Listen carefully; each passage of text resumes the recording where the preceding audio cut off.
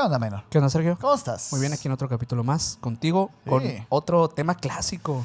Uy, sí, es que nos está yendo muy bien en octubre y estamos felices por eso. Sí. Sobre todo porque traemos temas que hace ratito que no hablábamos en este canal.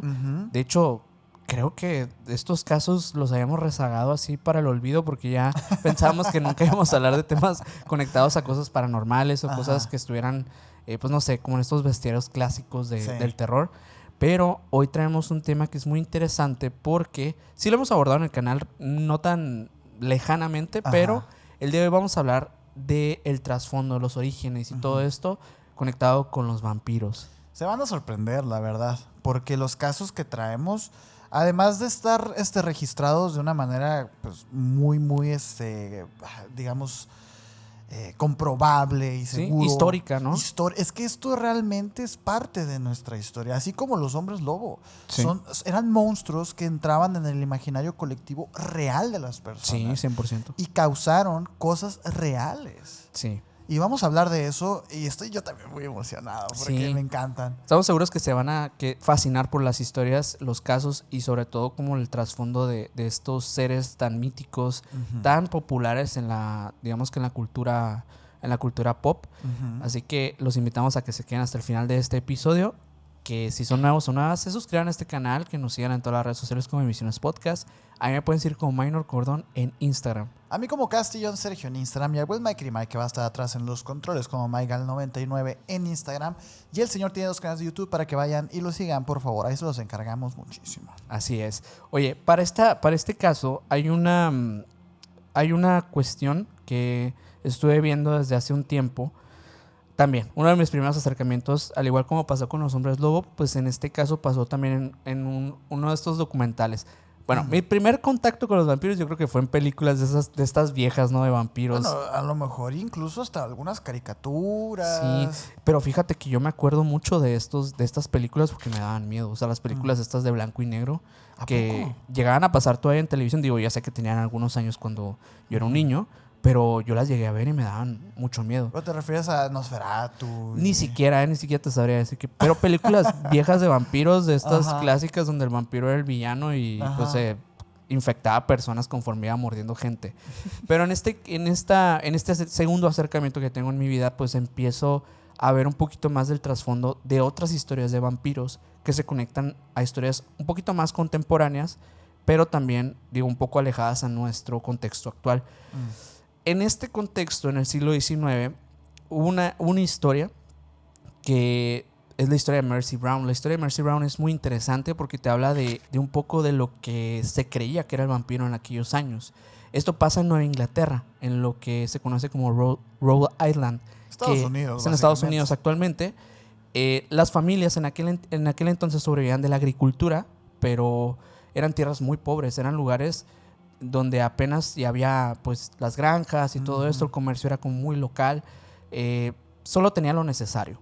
Eran personas que vivían con lo mínimo, pero vivían felices en este entorno.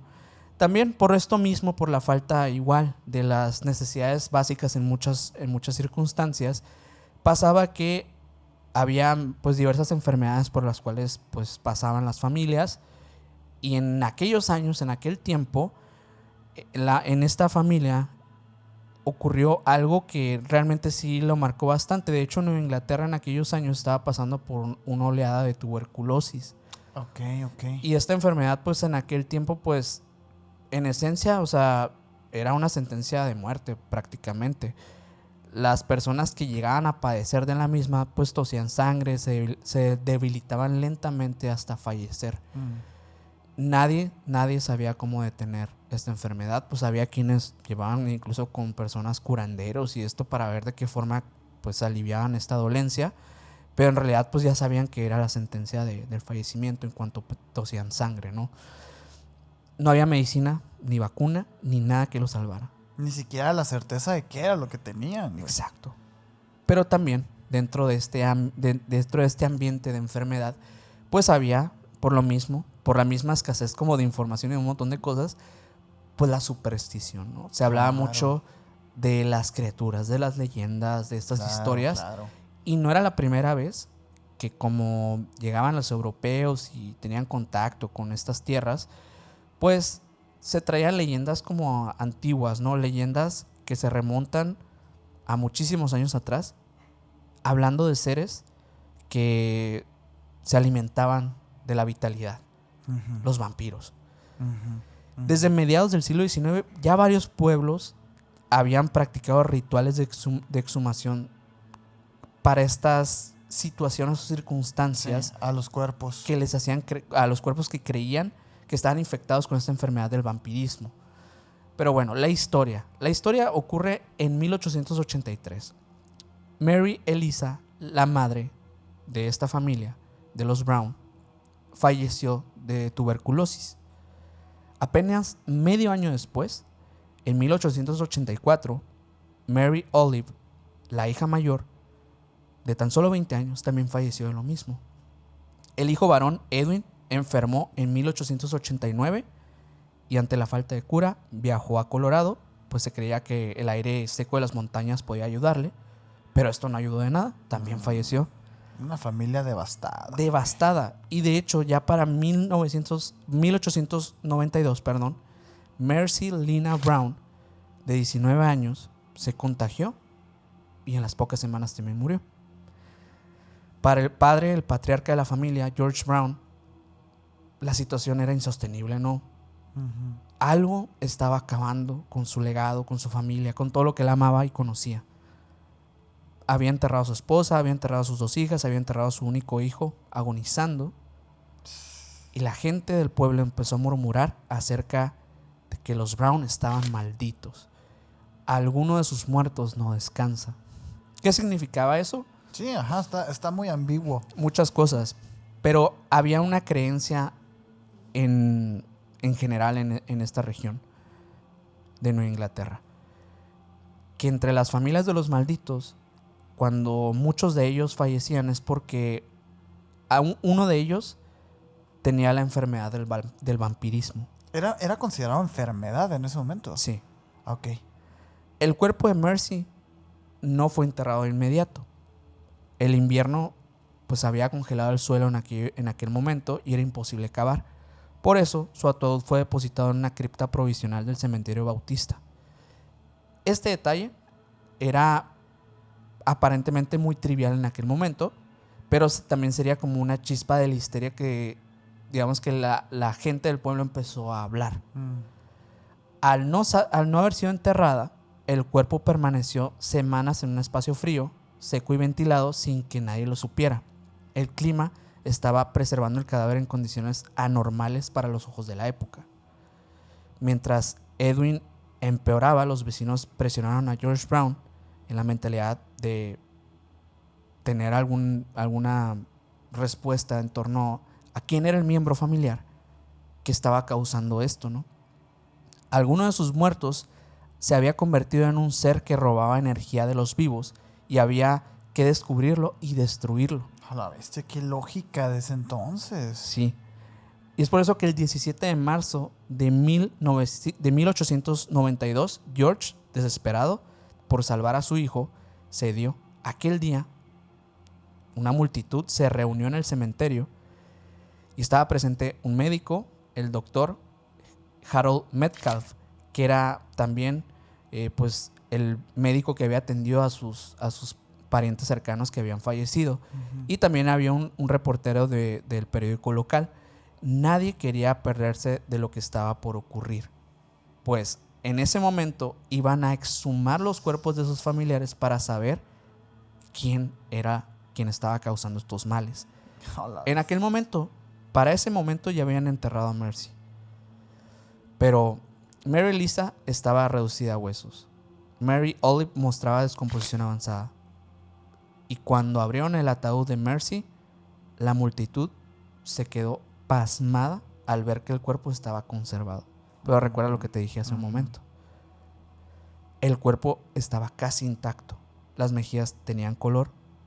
El corazón, cuando lo observaron, porque tuvieron que abrirla porque se dieron cuenta que eso era anómalo, salió sangre de cuando sacaron el corazón. Entonces, y tenía ya meses de haber fallecido, ¿no? Exacto. Para los vecinos, no tenía ninguna duda. Mercy Brown era la culpable. El vampiro que consumía la vida de Edwin. El médico trató de explicar la conservación del cuerpo, pues tal vez que se debió al frío que estaba fuera de la cripta y, ¿sabes? Pero ya nadie lo escuchó. Ya nadie creía en estas versiones porque ya todos estaban en una histeria colectiva y dijeron no. Y que probablemente tenía razón el doctor, güey. No, estamos, o sea, casi en lo seguro de eso. Pero, ¿qué era lo que pensó aquel pueblo? Ujú. El procedimiento era conocido ya en aquel momento. Aquellos familiares, aquellas personas que estaban causando, que estaban devorando la vitalidad de los vivos, pues eran vampiros y había que acabar con ellos. El procedimiento era muy, muy conocido con una metodología. Habría que sacar el corazón de este vampiro y destruirlo. Los hombres colocaron el corazón de Mercy sobre una piedra y lo redujeron a cenizas. Algunas versiones dicen que también quemaron parte de los pulmones o del hígado, pero realmente lo que se sabe es que el corazón sí fue incinerado. Con las cenizas se preparó una pócima, un tipo de pócima, y se mezcló con agua y con otras plantas ahí, herbales que se usaban en la época, y se le dio a beber a Edwin como un tipo de remedio. ¡Ah, la madre! Y se güey. creía que así se rompería este vínculo que tenía con su hermana muerta.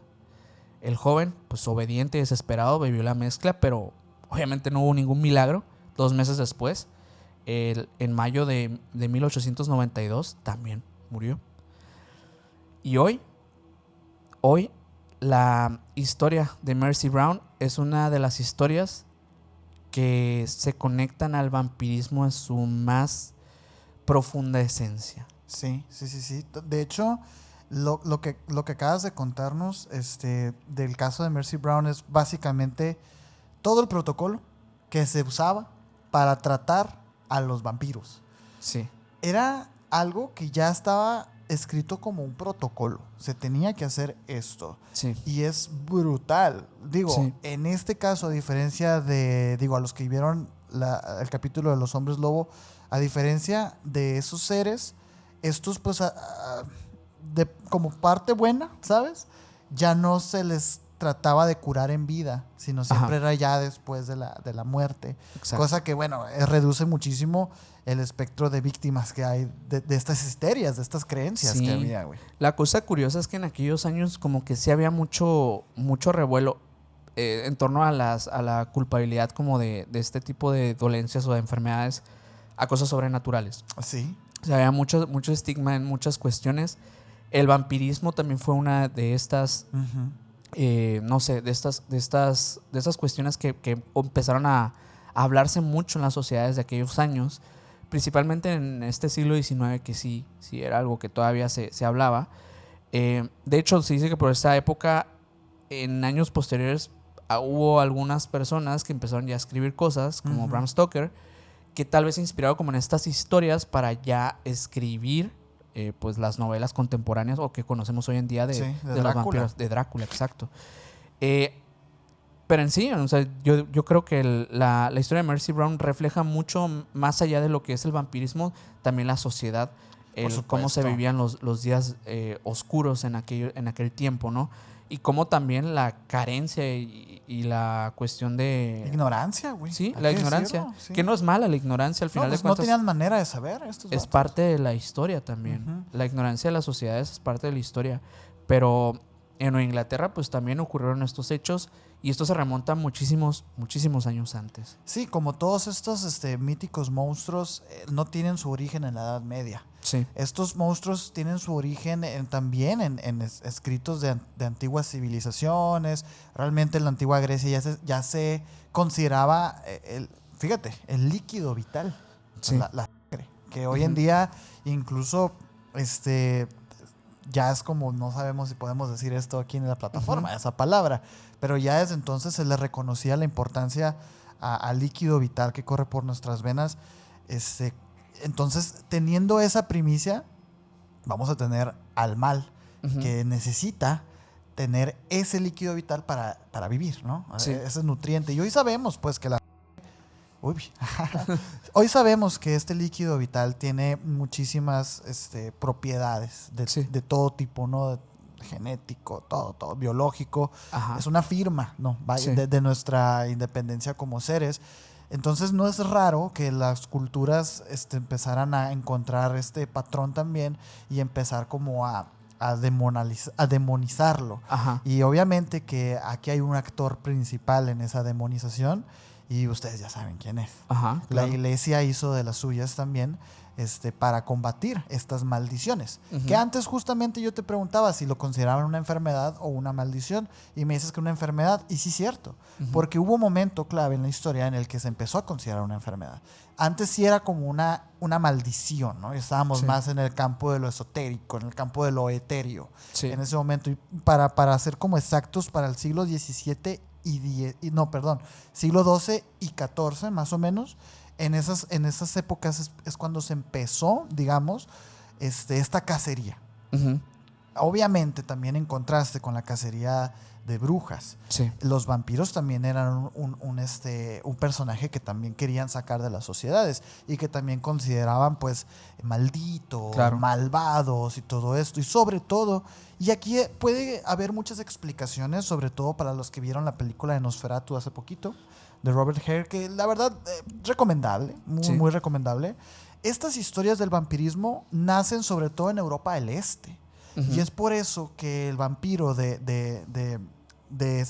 Nosferatu contemporáneo, nuevo, tiene esas características muy eslavas, Ujú. muy de Europa, muy de la Europa del Este, estos acentos muy marcados. Bueno, es porque en ese lugar fue donde más proliferó la leyenda del vampiro Transilvania y todo Sí. esto.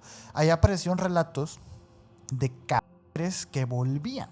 Sí. Es ahí el tema de que el vampiro empezó siendo... O sea, Europa recibió al vampiro como básicamente un zombie, Sí, un no muerto como un no muerto. que se alimenta de los vivos. Cronistas y clérigos como Guillermo de Neuburg en Inglaterra narraban cómo los sacerdotes recomendaban abrir tumbas y atravesar los cuerpos con estacas. Ujú. De forma como de condena o de réplica ante la maldición de aquellos que regresaban. Y regresaban con hambre. ¿Con hambre Sí. de qué? De líquido vital. ¿Por qué? Porque sin ese líquido vital pues ya no vivían. Claro. Estaban malditos. ¿Por qué malditos? Fíjate, me gustaría como explorar, desarrollar esa tesis, porque estaban malditos porque ellos no decidían volver. Y ya cuando volvían, tampoco ellos decidían alimentarse de este líquido vital. Era una maldición. Ellos estaban malditos a tener que desvivir personas. Sí. Es por eso que se les consideraba así. Aquí la iglesia comenzó a legitimizar esas prácticas y empezaron también los mismos clérigos a santificar estacas y todo eso. Hay un kit contra los vampiros, Ujú. que vendría siglos después, ¿no? Ujú. Pero se habla de que eso básicamente era lo que traían los sacerdotes en ese momento. Que era un kitcito, creo que P.T. Barnum fue el que lo popularizó también. Hemos hablado mucho de P.T. Barnum últimamente, ¿no? Con estos monstruos Sí. clásicos. Que traía su agua bendita, traía su pistolita con 2 tiros de plata, su Ajá. Biblia, su estaquita, un crucifijo, varias cositas muy interesantes. No es canónico, no es algo que se usaba realmente en esos años. Es una interpretación también del folclore también, ¿no? De Ajá. años posteriores. Incluso un rosario, estoy viendo aquí. ¿Un que- rosario también? Sí. Interesante que un rosario, ¿eh? El rosario es de la Santa María, de la Virgen, ¿no? Pero bueno, la Inquisición no tuvo realmente, ahora sí que un manual para combatir a los vampiros. No eran igual como las brujas o los hombres lobos, que ya lo hablamos en el capítulo del Maleus Maleficarum. Pero en regiones de Europa Central, ya ahora sí que Ujú. Francia, Inglaterra, Alemania, sí aparecían documentos donde obispos y algunos eclesiásticos permitían, o más bien supervisaban, la profanación de las tumbas, güey. ¿Por Ujú. qué? Porque tal cual lo acabas de contar en el caso de Mercy Brown, es muy interesante porque Mercy Brown es de Nueva Inglaterra. Ujú. Siglos después de que estas cosas realmente pasaron, como pasa siempre. Sí, claro. La conquista siempre trae un desfase. Ajá. de desarrollo cultural. Sí. En este momento, pues ellos estaban contra la tuberculosis y contra las maldiciones. En esos años también pasan los juicios de Salem, Sí. que también son colonias aquí de Estados Unidos, que por Sí. eso se llama Estados Es Unidos. como el rezago de la Ajá. cultura europea. Exactamente, es por eso que hasta bien tarde en la historia Ajá. tenemos a la última, tanto a la última bruja como al último vampiro también. Sí. Es muy interesante esa parte. Los vampiros también eran interpretados como pues muertos que no descansaban en paz, porque habían sido o excomulgados o eran autodesvividores, o la que daba más miedo que eran herejes. Ujú. O sea, realmente esas eran las cosas que te maldecían a la hora de perder tú la vida. Ujú. La iglesia los asociaba a los retornados o las señales del diablo, cosas así. Aquí pasa algo interesante, porque en el siglo XVII hubo un auge de las epidemias vampíricas. Sí. Entre 1725 y 1755 se dieron los casos ahora sí que más famosos en la zona de Serbia, Sí. en Hungría y en Austria. Como vemos, una Europa del Este, una Europa más gélido, más violento, Sí. más frío. Hay varios casos de ese lugar y de hecho, pues vamos a platicar uno que otro, ¿no? Sí, A ver, hablemos de eso. Porque háblame de uno de el- los de Serbia, por ejemplo. fíjate que en este lugar sí es cierto lo que dices. Hubo varios casos que, de hecho, no solamente que como que generaron muchísima polémica, sino que también crearon como las bases Ajá. de cómo combatir este tipo de fenómenos. Hay un caso, que es el caso de Petar Blahovic, que Ajá. es el vampiro de Kisilova. Esto pasó en 1725. Y para entender todo esto, es pues entender un poquito esta región, que era un pequeño pueblo de Serbia. En el año de 1725, pues era una región que estaba bajo la administración del Imperio Austriaco. ¿De Habsburgo? ¿O todavía no está? No, todavía no. Ah, ok. De hecho, estaban en conflicto con el Imperio Otomano en aquel tiempo. Ah, ok. Era una época en que la región estaba muy, muy mezclada con los temas también de la superstición. La medicina primitiva se estaba entrelazando con estas cuestiones y las comunidades rurales vivían bajo miedo constante de enfermarse, de cosas desconocidas o que también llegaran las hambrunas o este tipo de cosas. Eran tiempos bien violentos, ¿verdad, Sí, güey? eran tiempos muy oscuros. Sí. Y en ese contexto, la idea del vampiro comenzó a formar también parte de la trama de la región, ¿no? De la sociedad. Era una explicación de lo inexplicable, básicamente. Cuando alguien moría repentinamente y poco después otros empezaban a enfermar alrededor de ese círculo, pues la sospecha inmediata era que el difunto estaba regresando, así como lo hemos mencionado en el caso de Mercy Brown, desde la tumba para robarse la vida de estos mismos. Por Entonces, eso el caso ese de Mercy Brown es tan importante, porque sí es un uno a uno de las cosas que pasaban Sin en duda. el caso de vampirismo. y eso que es el final Y de es el esta, último, de esta ajá. etapa, ¿no? Pero bueno, el caso de Peter fue algo muy, muy curioso porque de este señor no se sabe mucho. En realidad no se sabe casi nada. Nomás no se sabe nada porque no era una persona que fuera un noble, no era una persona que fuera ni un sacerdote, ni un hombre especialmente dotado en alguna cualidad. Solamente era conocido en su aldea, pero existe como en registros. Entonces es por eso que se sabe de él. De hecho, lo que más se sabe es que su muerte fue a mediados de 1725. Es lo único. ¿De qué? No se sabe. Esa es una cuestión que también es muy interesante. Ajá. Después de su entierro, la aldea volvió poco a poco a la rutina. Sin embargo, en apenas 8 días, algo comenzó a aterrar a los habitantes. Los vecinos empezaron a hablar de que Peter había sido visto rondando durante las noches en diversas casas de los vecinos. Eso empezó a llamar la atención porque como pues está muerto, ¿no? ¿Qué onda? ¿Cómo es esto posible? En menos de 2 semanas, 9 personas que habían avistado a Peter, que habían dicho en el pueblo, murieron en circunstancias diferentes y extrañas. Todos los fallecidos habían asegurado antes eso, que habían visto a este señor. El difunto estaba entre ellos, pero nadie sabía el por qué. Algo curioso que se supo de algunas de esas personas es que no solamente rondó en las casas de ellos, sino que también algunos aseguraban que al despertarse en la noche vean al hombre desnudo posado sobre su pecho. ¿Cómo? Algunos decían que se sentaba en su pecho y otros decían que intentaba estrangularlos. Órale. Pero cuando ellos terminaban, pues de alguna forma Despertaban, sin oxígeno, desmayaban y al día siguiente despertaban. Y es todo lo que pasaba. Qué terror, güey. Sentían que de alguna forma Peter estaba volviendo, pero para alimentarse de ellos. A pesar de que ellos no estaban siendo literalmente, ¿sabes? Sí, chupados. Exacto. Vaya. Pero sentían que algo al día siguiente de ellos estaba siendo llevado con esa experiencia. Por lo mismo, muchos empezaron a hablar de que Peter estaba absorbiendo la energía vital, la vida de esas personas. Y curioso porque estas 9 personas fallecieron a los pocos días. El relato más extraño que hay es una mujer que juró que su difunto esposo había regresado a su casa tras su entierro. Según ella, Peter se le apareció de noche, le habló y le exigió sus zapatos, como si estuviera vivo.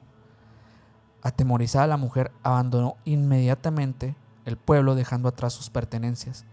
Este acto dejó a todo el pueblo incluso más reforzado con la creencia de que Peter estaba entre ellos.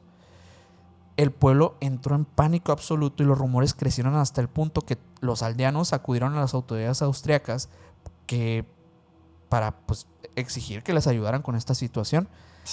Era costumbre que cualquier acción contra un cadáver necesitara permiso de las autoridades en este lugar, porque ya había como, digamos que una formalidad en este imperio, ¿no? No, y es que no lo recordamos, pero el tema de exhumar cadáveres en la Edad Media era profundamente condenado por la iglesia, güey. Sí. Era algo que no se podía hacer. Acuérdense que ustedes de Da Vinci escondiéndose al hacer sus disecciones a los cadáveres. O sea, sí. Era algo que no se podía hacer. No se podía hacer. Ni incluso con esos fines médicos. No se podía. No se podía, güey. Y bueno, ante la presión del pueblo, un oficial militar austriaco y un sacerdote local aceptaron ir a la exhumación del cuerpo de Peter. La exhumación fue un evento público. Obviamente el cementerio se llenó de curiosos, todas las personas. Ajá. Más allá de curiosas, personas que tenían miedo. Querían ver que la persona estuviera ya erradicada, el vampiro estuviera erradicado. Y todos esperaban que se comprobara aquella teoría que todos creían que era real. Al abrir la sepultura, el cuerpo se encontraba bien conservado. La piel estaba prácticamente como fresca. El cabello y la barba parecían haber crecido tras el fallecimiento y las uñas estaban más largas, ¿no? Como suele pasar. Pero daba la impresión como de una regeneración post-mortem. Lo más extraño es que en su boca había restos de sangre. ¿Ah, sí? Sí. Y lo raro para los aldeanos es que estaban, que muchos hablaban de que en realidad lo que hacía este ser era succionar la sangre. ¿Te imaginas lo indiscutible que debió haber sido en ese momento? Sí. Haber visto al cuerpo y decir, claro, estoy viendo un vampiro. Y exactamente eso fue lo que creyeron. Las señales del vampirismo están ahí. Sí. Es que no son tontos, no eran tontos. O sea, no eran... Eran personas que estaban observando lo que les presentaban y ya. Ahora, que fuera del frío, que fuera... Bueno, explicaciones médicas puede haber 1,000,000, pero el punto es que estaban viendo una persona que se veía bien conservada, tenía su boca llena de sangre. Ajá. Y todos ya hablaban de él. Obviamente que después de esto, los aldeanos exigieron ejecutar el ritual para acabar con el vampiro. Y sí, clavaron una estaca de madera en el corazón del cuerpo. Los testigos aseguraron que en el momento del impacto el cuerpo emitió un fuerte gemido y un chorro de sangre brotó de la herida. Después el cuerpo fue y quemado hasta reducirlo a cenizas. Con ello la comunidad ya creía haber roto este vínculo con el vampiro que aterrorizaba al pueblo. Y lo que hace a este caso, digamos que algo de la memoria oficial o de la memoria del mundo, es que un funcionario del imperio austriaco que estuvo presente, digamos que diera diera nota oficial de Sí. que esto pasó, que fue un acontecimiento real. Y ese documento describe con detalle el estado del cuerpo y los rituales aplicados posteriores. ¿Sabes dónde terminó ese documento? ¿Dónde terminó? En el Vaticano, güey. En el Vaticano. Le pasaron ese informe al Vaticano. Ujú. Y con esto el Vaticano dijo, ¿sabes qué? Los obispos locales, los sacerdotes locales están autorizados para abrir las tumbas. Cosa que, como decíamos ahorita, Sí. era algo blasfemicísimo el intervenir con un cuerpo sin vida. Pues era de Sí. las cosas más sagradas que tenía la Así iglesia. es. Y gracias a ese caso se abrieron las puertas. Curioso porque ahorita empezamos con el último caso de vampiros y este fue el primer vampiro documentado de Europa. Es que fue fuerte, es Pero fuerte. hay otro. Hay otro, de hay hecho, otro ¿quieres que caso. te lo cuente? Sí, sí. Es el caso de Arnold Paulet. Ujú. Paulet, Paulé, digamos, Paulé. en español. Él era un ex soldado serbio que tras años de campañas en los conflictos bélicos de ese entonces fronterizos del Imperio Austrohúngaro contra los turcos, regresó de repente un día a su aldea, cerca de ahí de Medvega, se llamaba, ¿no? En la frontera entre Serbia y Bosnia. Lugares sumamente violentos también, ¿no? Lugares muy agresivos, de naturalezas muy agresivas. Dicen que esos lugares forjaron en esos momentos imperios muy poderosos, Sí. porque eran personas muy frías. Pues acuérdense Rasputín y toda esa gente, pues, ¿no? Según los testimonios recopilados, después de todo lo que pasó, Paulet estaba marcado por una obsesión. Ujú. Él le tenía pavor a los vampiros. Sí. No había realmente una razón, no es que haya visto uno, no. Pero bueno, es que era un miedo tal vez Era un común. miedo muy común de la época y era digamos, una criatura que existía en el imaginario colectivo. Claro. Y les tenía pavor, ¿no? Él había escuchado los relatos en tierras lejanas y todo esto y decía haber sido atacado por uno en su juventud. Él decía eso. Pero bueno, esos son testimonios de él nacidos de su propio pavor, ¿no? Dice él que para protegerse, él juraba haber comido en ese momento tierra de la tumba de un vampiro, del vampiro que lo había atacado en su juventud y que se había untado en su cuerpo el líquido vital también de dicho vampiro. Ok. O sea, como para protegerse, pues, ¿no? Un ritual que en aquella época se consideraba un método eficaz contra la maldición. Porque recuerden ustedes, a ver, no hemos entrado mucho en esos detalles porque asumimos que ustedes lo saben, pero el vampiro tiene ciertas características. Una de ellas es el tema de que te puede convertir en vampiro. Claro. O sea, el hecho de que te muerda y Es todo como una eso. infección, pues. Es como una infección que se va transmitiendo a través de las mismas mordeduras que el vampiro va haciendo. En ese momento, pues se creía que si tú te untabas con la sangre del vampiro y con la tierra donde él estaba sepultado, pues con eso rompías tú el vínculo. Se suponía en ese momento. Sin embargo, él confesaba a los aldeanos de ese momento que la influencia del mal no desaparecía por completo del organismo. Y en 1725, Arnold Paulet muere. Muere de una manera aparentemente accidental. Él se cae de un carro de heno y se rompe el cuello. Ahí termina su vida. Qué mala suerte. Él fue enterrado en el cementerio local con los ritos cristianos que todos ya conocemos. Y fin de la historia, en teoría, ¿no? Ujú. Sin embargo, vecinos empezaron a jurar que lo veían por las noches, rondando, asomándose por las ventanas, afuera de las casas, persiguiendo ganado y atacando a las personas. Ujú. Poco después, 4 aldeanos perdieron la vida también repentinamente. Los lugareños, aterrados, estaban convencidos de que este señor Paulet se había convertido en un vampiro.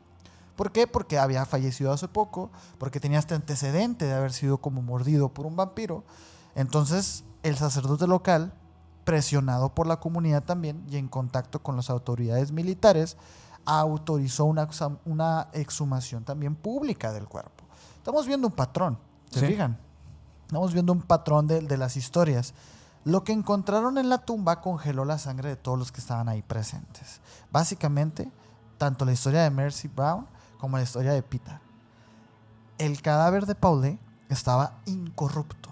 Y Ujú. voy a usar esa palabra, porque esa palabra nos va a recordar mucho a los santos también. Ujú. A los santos incorruptos, pues el cuerpo de él también. Ujú. La piel de él todavía continuaba teniendo un colorcito, las uñas y el cabello seguían creciendo, muy similar. Los órganos vitales también, si los llegan de repente que les hacen pues Una incisión, una incisión, los abren y pues tenían su corazón, sus Sí, órganos sí, sí. todavía incluso con fluidos y todo.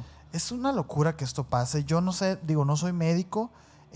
Hoy entendemos más el vampirismo como un fenómeno social, una histeria colectiva. Sin embargo, que si alguien es doctor, que nos ponga si las condiciones de lugares como estos, que son muy, muy helados, pueden generar estas condiciones del cuerpo incorrupto. O sea, el hecho de que a lo mejor van frenando la descomposición, no lo sé, la verdad. A mí me suena muy lógico, Sí. pero no lo sé. Lo que sí sé es que para los aldeanos de ese momento, haber visto el cuerpo incorrupto fue señal suficiente para decir, este vato es un vampiro, güey. Esta persona es un vampiro. El cuerpo igual fue atravesado con una estaca, según se dice, incluso también hubo un gemido, también hubo todo, la misma historia. Se aplicó, digo, después el tema del ritual para deshacernos como de la maldición, que es la estaca, es la decapitación y es el fuego. Parecía que todo había terminado, pero años después la maldición volvió. Entre 1731 y 1732, una nueva ola de fallecimientos misteriosos sucumbió a este pueblo, ¿no? Más de 17 personas perdieron la vida de maneras inexplicables, con síntomas como debilidad extrema, fiebre, pérdida de sangre. Obviamente la comunidad estaba convencida de que era el mismo vampiro, o sea, que no lo habían Ajá, no lo habían erradicado. erradicado. Este caso fue tan importante, junto con el que contaste tú ahorita de Pita para Serbia, Ujú. que llegó a un cirujano militar. Sí. Este señor era llamado Johann Flukinger, que era un enviado de Viena, que Viena era la capital de Austria. Ujú. Era un señor pues estudiado, confiaban en él, y se metió a estos mitos, a estas leyendas, a estas habladurías que había con un estandarte de un oficial médico, pues. Y el vato hizo un informe muy conocidísimo, Ujú. que es el Visum et Repertum. Sí. Este detalló lo que hallaron al abrir las tumbas, todo esto, los cadáveres incorruptos, lo del cuerpo que todavía derrama sangre. Y en este momento se dejó de considerar el vampirismo como una maldición y comenzó a ser considerada una enfermedad. Mm. A mí me parece una locura, Sí. güey, porque igual siguen equivocados, ¿no? O sea, igual siguen teniendo estas evidencias a medias, cosas que en ese momento la ciencia les arrojaba, y el informe fue enviado al Consejo de Guerra en Viena y circuló por toda Europa. Sí. Y esto generó, obviamente, un debate que llegó incluso a las Cortes Reales y a la mismísima Iglesia. Sí. Y fue uno de los primeros documentos también científicos que habló de vampiros. El caso de Arnold Paulet fue clave para que el vampiro entrara al imaginario colectivo occidental Ujú. como una figura temible y real. Y real, es la parte más importante. La iglesia permitió en este momento las profanaciones, bendijo las purificaciones, o sea, se puso del lado de lo que decía este informe. Sí. Y de repente, el vampiro ya no era una cosa de leyenda. Era algo real que estaba existiendo y estaba pasando en Europa, güey. Sí. Una locura. Es bien curioso lo de este informe porque de hecho justo junto con este informe, o sea, bueno, gracias a esto hicieron una exhumación como de 40 Ujú. cuerpos o más y fue el análisis en base a eso y todos con estas mismas evidencias que hablamos en los dos casos, Es que son las mismas que cosas. son las mismas güey. cosas, ¿no? Básicamente la traducción, ¿no? de Visium et Repertum, visto y descubierto, ¿no? Esa es Uy. la traducción. Esto, pues, Wow. además es enviado como a periódicos y revistas médicas de Europa, que, pues ya, o sea, imagínate, Ujú. que ya te lo presenten como lugares oficiales de medicina de la Ujú. época, y empezó, pues, a generar el debate ya como médico-científico, y muchos aceptaban, otros no. Pero ya era una cuestión como más seria, pues. Era una realidad. Una realidad O sea, seria. hemos hablado nosotros de escalas de realidad. Sí. El vampiro como tal, existió. Claro. O sea, existió así. En los documentos oficiales de Europa de ese momento, tú le vas y le preguntabas a un campesino, oye, ¿existen los vampiros? Te va a decir que sí. Y las Incluso a estás loco. médicos, ¿eh? Ajá, a un campesino, a un médico, a un gobernador, a un rey, y todos te van a decir que sí. Dime tú si eso no comprueba la existencia o no de algo. Sí. Es una locura, güey. Y es en esto o en este lapso de tiempo donde empieza pues esta famosa epidemia vampírica en Europa, ¿no? Que pues ya imaginen todavía que ya existían como muchas cuestiones de supersticiones alrededor de muchas creencias. El hecho de que, bueno, y además había cosas indiscutiblemente extrañas que pasaban, o sea, porque sí, obviamente no podemos negar la existencia de anomalías, de criaturas extrañas y todo esto, pero bueno, sumado a todo esto, el hecho de que que revistas y periódicos oficiales publicaran un hallazgo militar militar médico. Sí, militar médico. Militar sí. médico en torno a esta epidemia vampírica, pues la gente obviamente tenía miedo de enfermar de esto. Tenía miedo de terminar siendo pues, el vampiro que terminaba con sus familias y todo esto. De nuevo, vemos una Europa que usa el miedo como método de control, ¿te fijas? Porque al final de cuentas no dudo yo que sí tengan miedo y así, o sea, las mismas esferas de poder, pero al mismo tiempo, ¿qué van a hacer esas personas que le tienen miedo a los vampiros? Pues van a ir a misa, ¿no? Que es el único lugar seguro, la iglesia. Sí. ¿Y a quién está beneficiando eso? Pues por supuesto que al Vaticano. Entonces, sí es algo que sí es una red que se fue tejiendo con el paso de los años y de los casos estos que acabamos de mencionar, güey. Sí.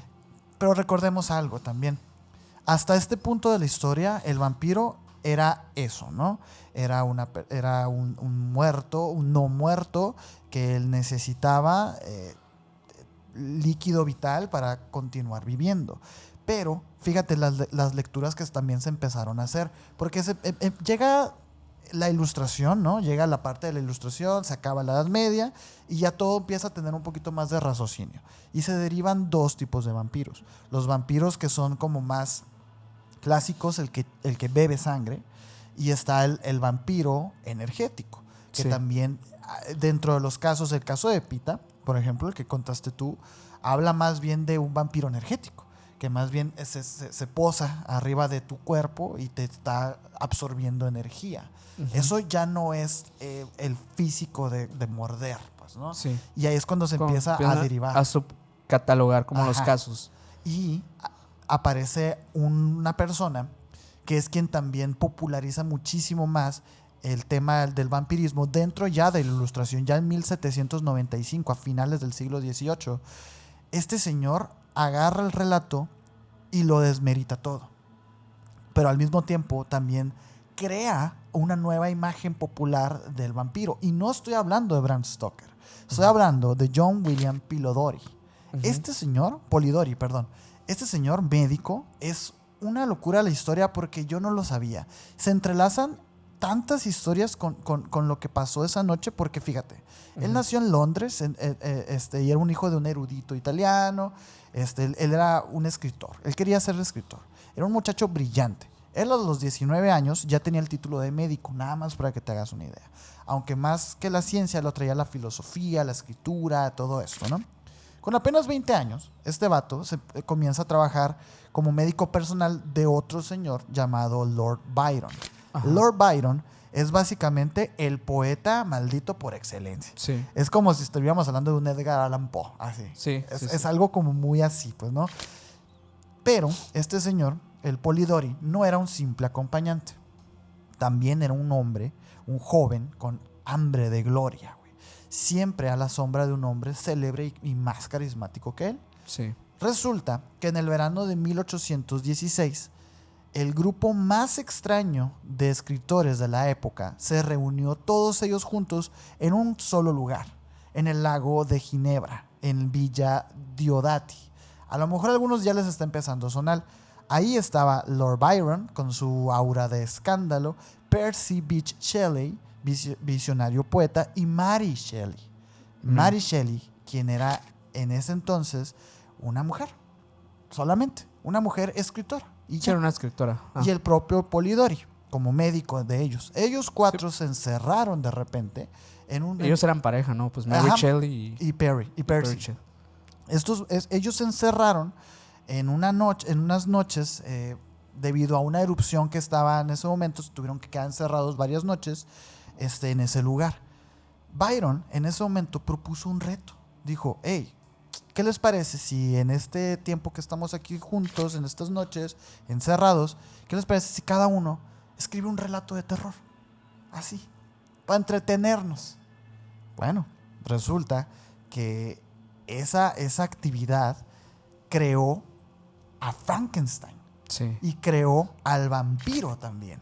La obra clásica, La ¿no? obra clásica, The Vampire, Sí. que lo escribió Polidori en Sí. ese momento. En esas noches se establecieron varias cosas que iban a ser súper importantes en la literatura contemporánea. Sí. Iban a cambiar muchísimas cosas.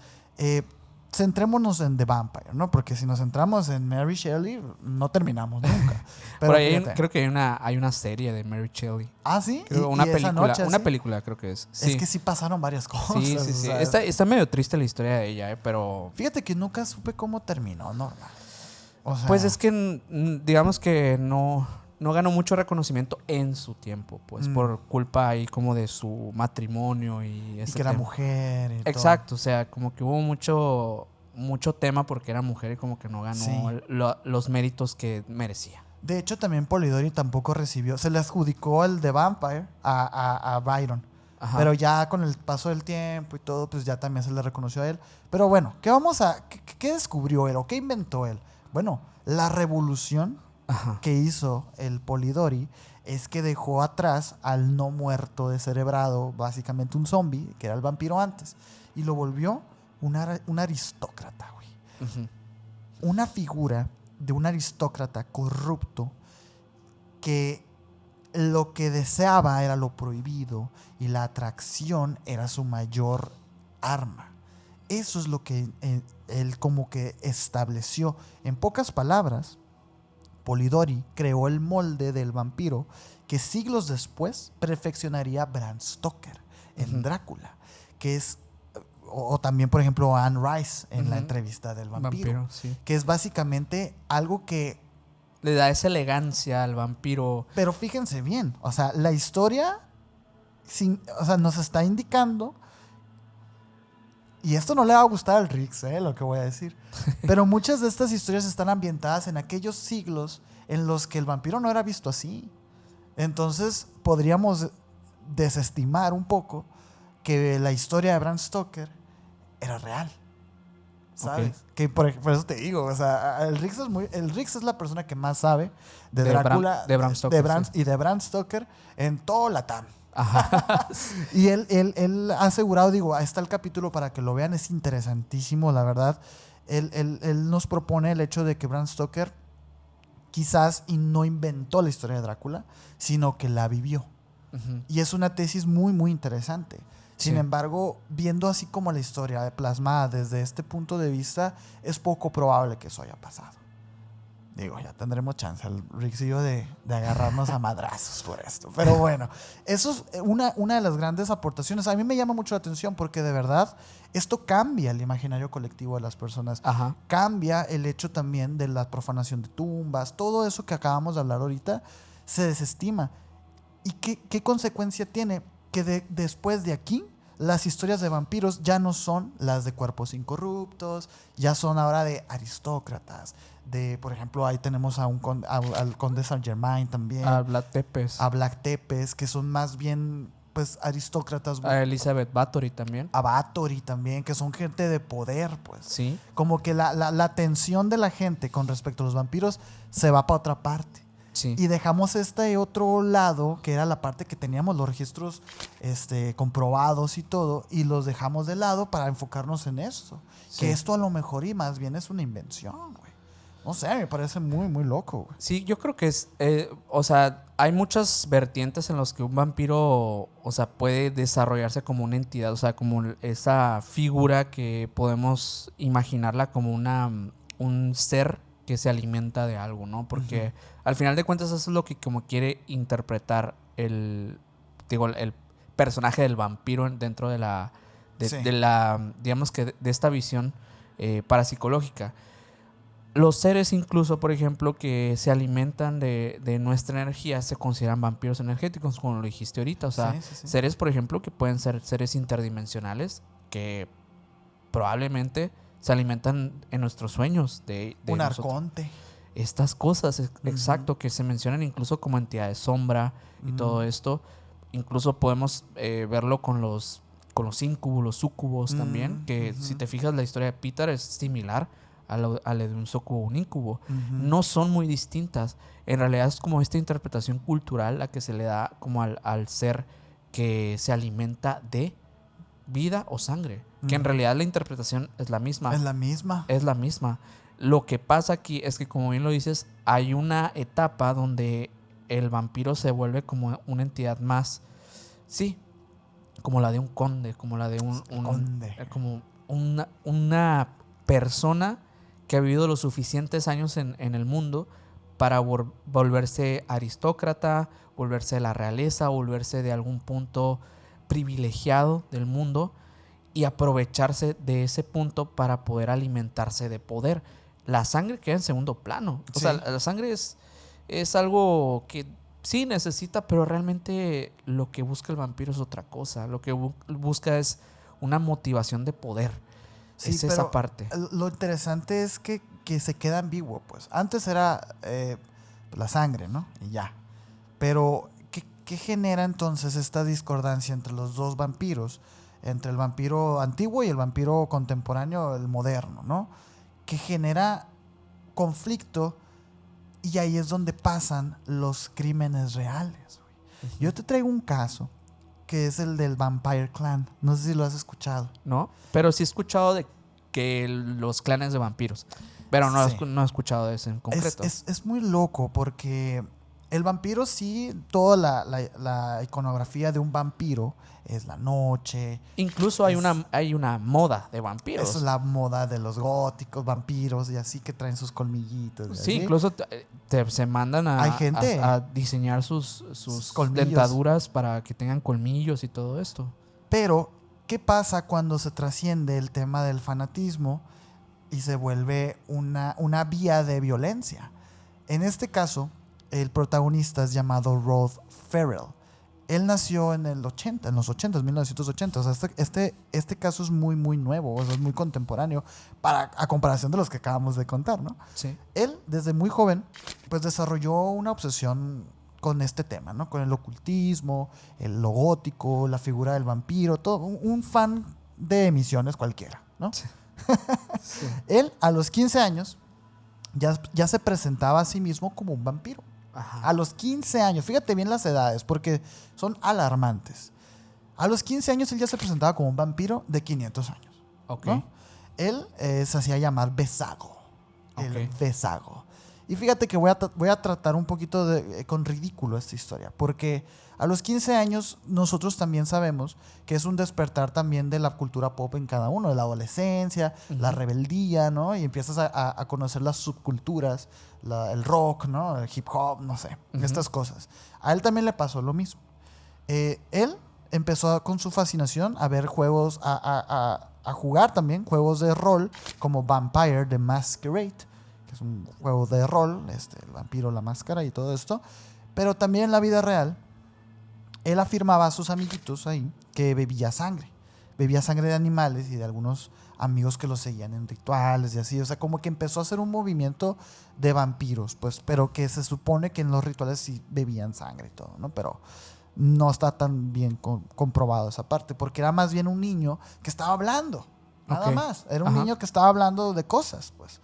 Rod ejercía un magnetismo extraño, un tema del líder sectario de nacimiento natural. Era carismático, pero era carismático solamente con aquellos que estaban siendo marginados en su entorno, con adolescentes marginados igual que él. Okay. Él como que él hablaba de estas cosas y así él, por ejemplo, formó lo que llamó el Vampire Clan, el clan de los vampiros. Era un grupo de jóvenes que se identificaba como vampiros y los reconocían a él como un líder. Hasta aquí estamos bien. Ajá.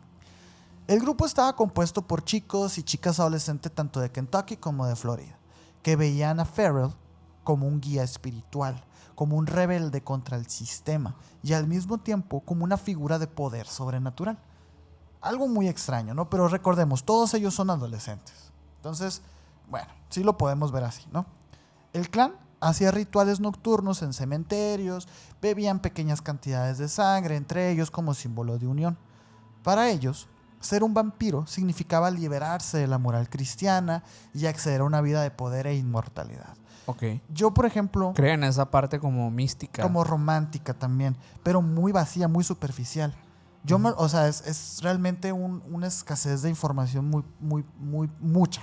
Muy profunda. Sí, porque realmente estábamos en el 96, donde había libros de estos, pues ellos no tenían acceso, no había internet, no había esta marabunda de información que tenemos, como para que ellos descubrieran las implicaciones reales de lo que históricamente es un vampiro, lo que estamos hablando en este capítulo precisamente, güey.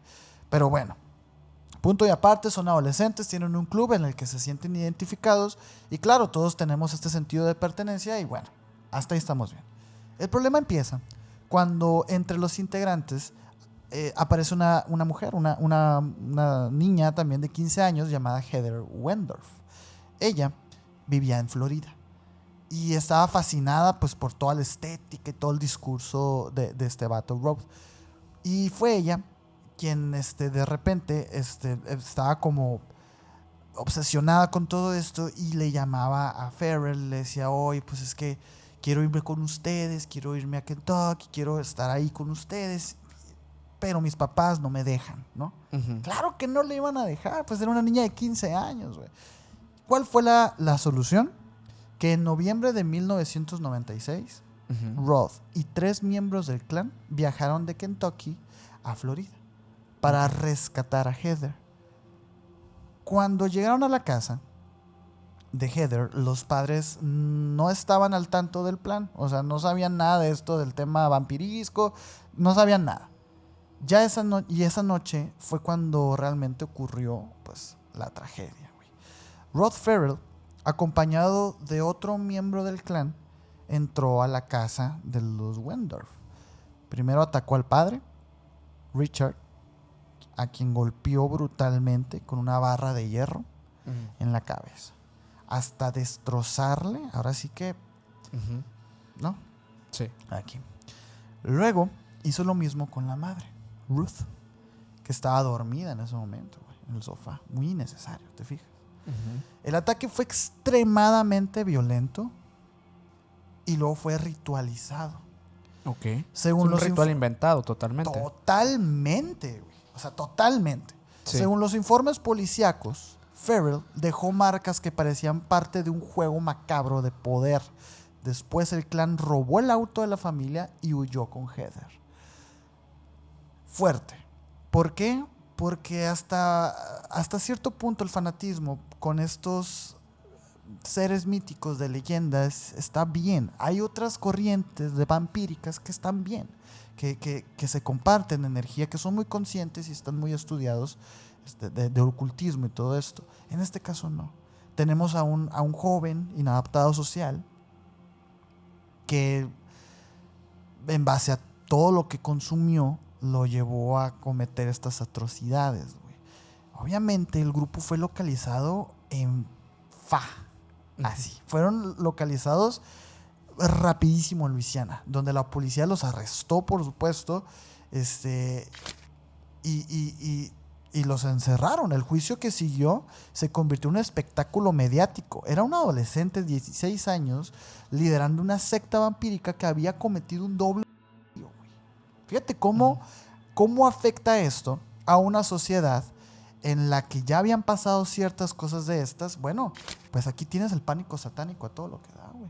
Ujú. En los 90 en Estados Unidos. Y es provocado precisamente por un joven adolescente que no se leyó bien de lo que se trataba su culto, güey. Sí. Es peligroso. Es peligroso. No, y de hecho, o sea, digo, estas cosas, pues en estos años pasaron en otros lugares, en San Francisco también. Oh. En el 98, pues pasó también una de estas cosas llamado, bueno, este es un fenómeno llamado el vampiro de Stockton, también que se dio en aquellos años, que un joven llamado Joshua Rudinger, de apenas 21 años, comenzó a atacar a personas que pues eran personas sin hogar, personas que estaban transeúntes, las atacaba pues con armas blancas. Ok. Una de sus víctimas, de hecho, o sea, falleció con su cuello, ya sabes, ¿no? Así. Y en varias ocasiones, Roger afirmó que después de que cometía estos terribles actos, pues bebía la sangre de los atacados y que en este caso él era un vampiro que tenía 2000 años en el mundo. ¿Es lo que decía él? A la bestia, güey. Que necesitaba alimentarse para mantener su vitalidad en orden.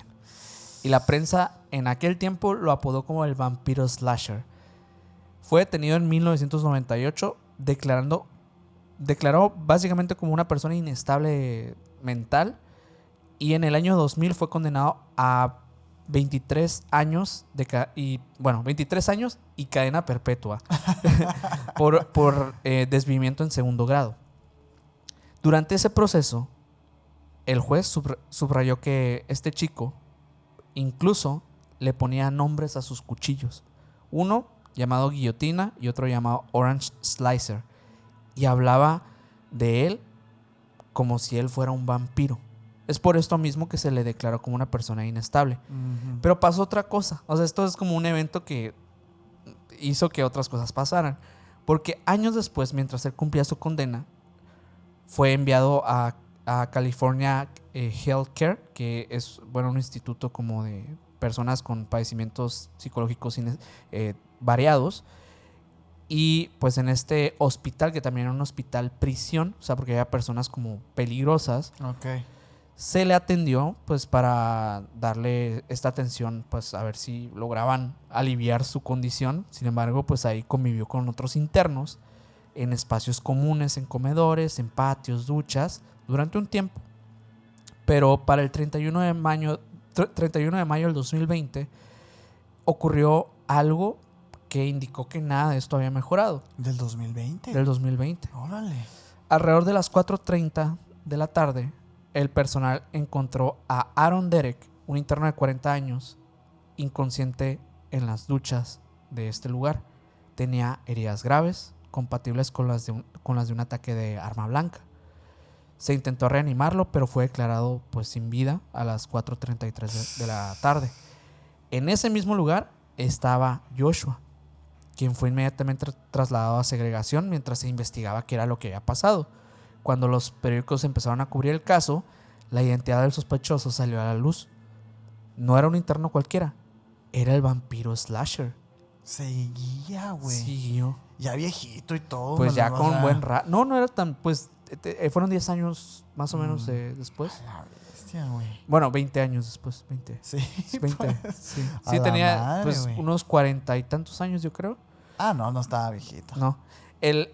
Obviamente que esto, pues, como que reactivó, o sea, el tema del vampiro de Stockton en las noticias nuevamente. O sea, se habló del caso. Se había quedado como muy en el olvido porque el crimen, pues además de todo esto, imagínate que ocurrió en un lugar que se supone que debería ser seguro. Exacto.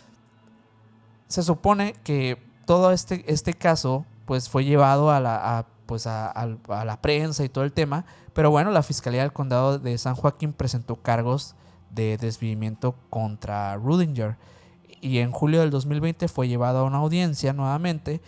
Y el detalle más fuerte es que pues ya estaba cumpliendo esta cadena perpetua, Sí, o sea, ¿qué le van a hacer? con un crimen previo, y aún así pudo estar presente en un área común donde pues también pues había más personas, era una persona peligrosa.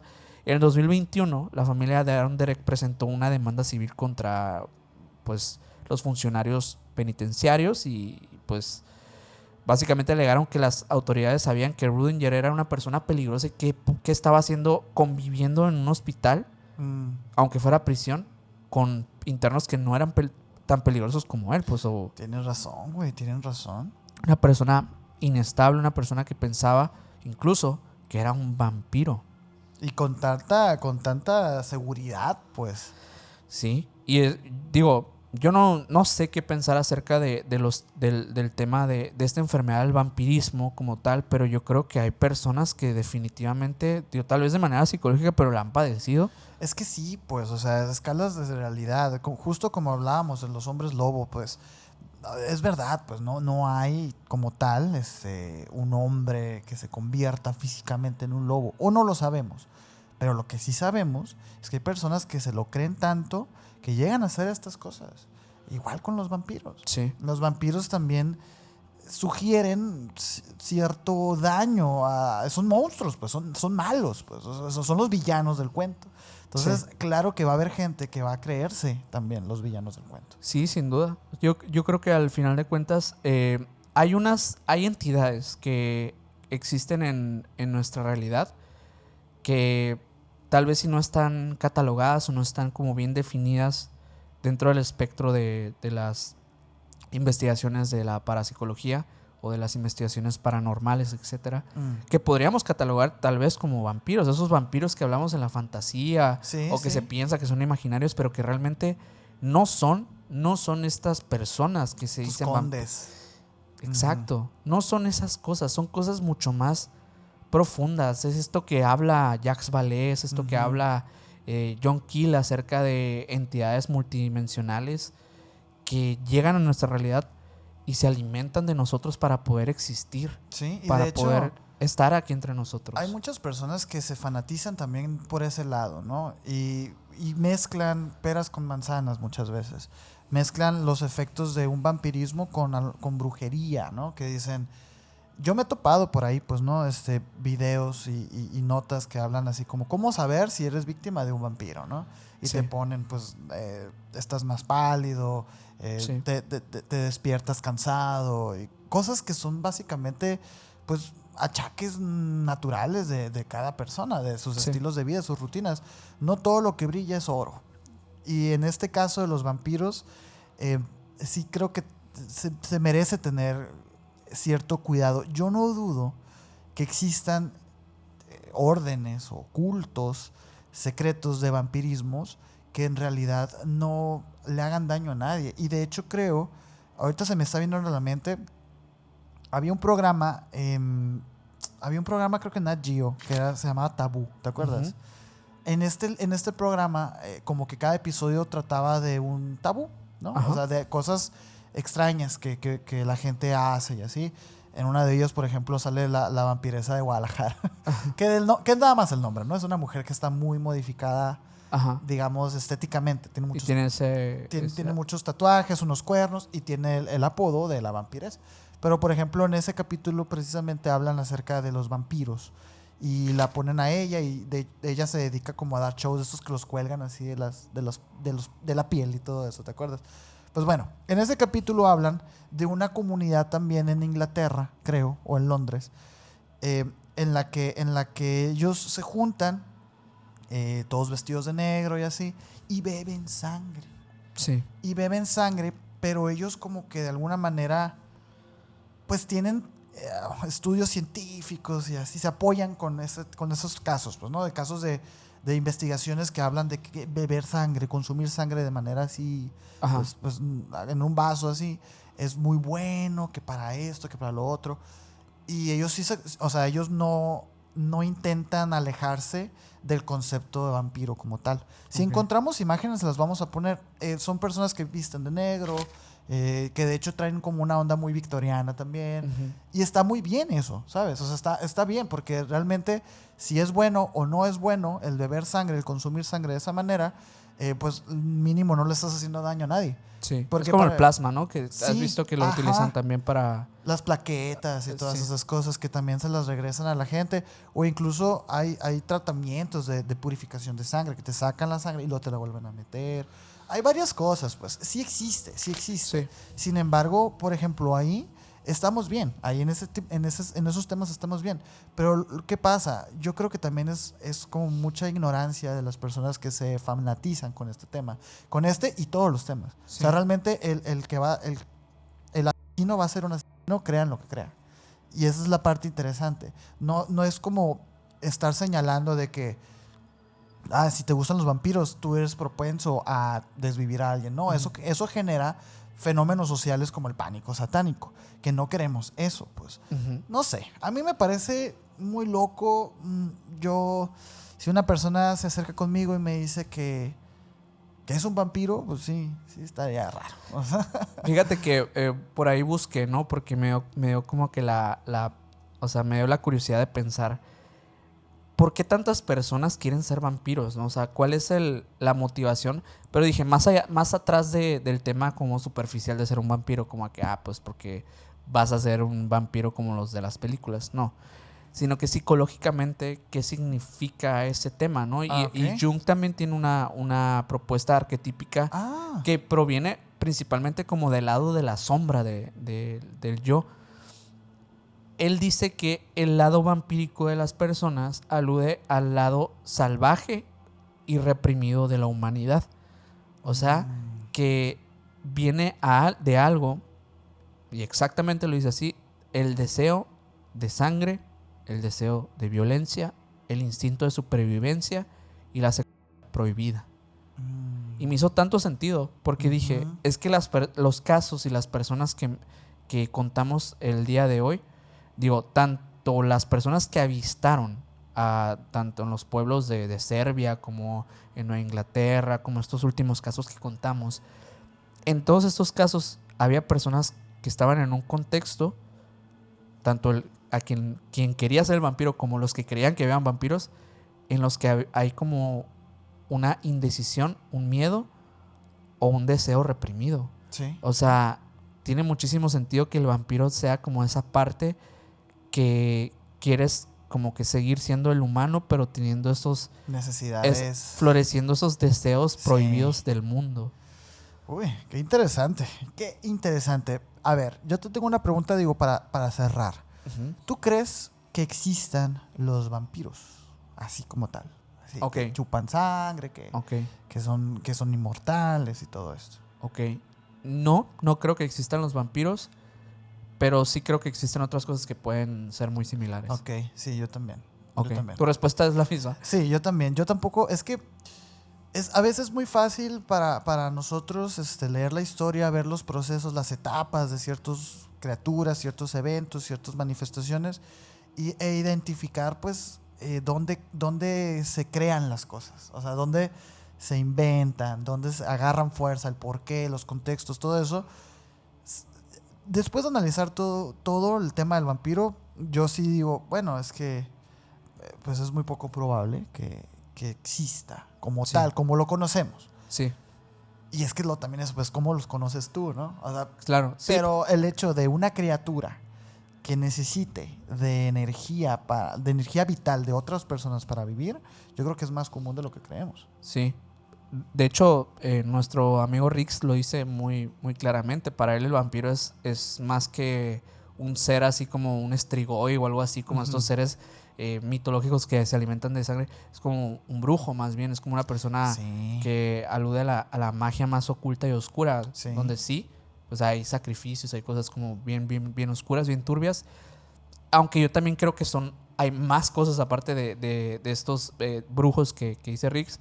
Pero yo la verdad es que sí se me hace muy difícil. O sea, sobre todo por estas historias que hablamos hoy, que son los orígenes del vampirismo. Oye, y algunos podrán comentar así como que, bueno, pues háblanos, Minor, de esas criaturas. Y bueno, es que no es tan fácil. No es tan fácil. Además, creo yo que hay muchísimos casos que son muy, muy variables en los que podríamos decir, tal vez en ese caso, por ejemplo, los casos de mutilación de ganado. En esos casos, cualquier granjero te puede decir fue un vampiro. Pues sí. Pero tal vez si no fue un vampiro, ¿sabes? O sea, exacto, pero pues es que el problema aquí es el concepto, ¿no? El concepto del vampiro es europeo, es algo muy, muy, muy de esas tierras. Pero el ente que chupa sangre para vivir ha existido desde la antigua Grecia. Entonces, por eso es complicado. Pues, es complicado, sí. Uy, ¿qué tal octubre? Pues vamos bien. Pero bueno, con esto vamos concluyendo el tema vampiros. Esperamos lo hayan disfrutado. Díganos ustedes si creen en los vampiros, estos seres míticos, como los han visto en la tanto en Drácula como en otras novelas, en en películas. Yo vi ahorita una noticia de que iban a pasar Crepúsculo en el cine otra vez. Ok. Pues si creen en esos vampiros, vampiros de Crepúsculo, díganos Que también. déjame decirte que los vampiros de Crepúsculo están interesantes. Ok. El hecho de que sean guapos Ajá. es como eso, pues Ajá. atraen. Sí, es que también, también Anne tiene Rice ahí. los presentó muy parecidos. O sea, Sí, pues tiene ahí algo, tiene algo. pues digo, si vivieras, yo creo también mucho como de la mezcla de dos seres en los vampiros. O sea, digo, mucha gente también puede confundir vampiros con seres inmortales. Sí. Que, por ejemplo, el caso de Saint Germain, que también dicen el hombre inmortal, el hombre que encontró la fórmula del elixir de la vida, pues muchos dicen que, bueno, incluso Pues lo es que- mencionamos en el episodio que Ajá. hicimos de vampiros, que dicen, pues vampiro. Tal vez si no es un vampiro, tal vez es un Es hombre otra inmortal cosa. o otra cosa, ¿no? Fíjate que ahorita que mencioné Crepúsculo, yo no soy un fan, de verdad. Ajá, sí. Muy acérrimo, aunque me veas así, Mike. Ajá. A Crepúsculo, obviamente no me he leído los libros ni nada, pero hay unos personajes, fíjate, que son como los vampiros jefes, ¿no? Ajá. Que se llaman los Volturi. Y fíjate que el otro día me interesó mucho. Pero muy fan, Sergio. ¿eh? No, espérate, es que te va.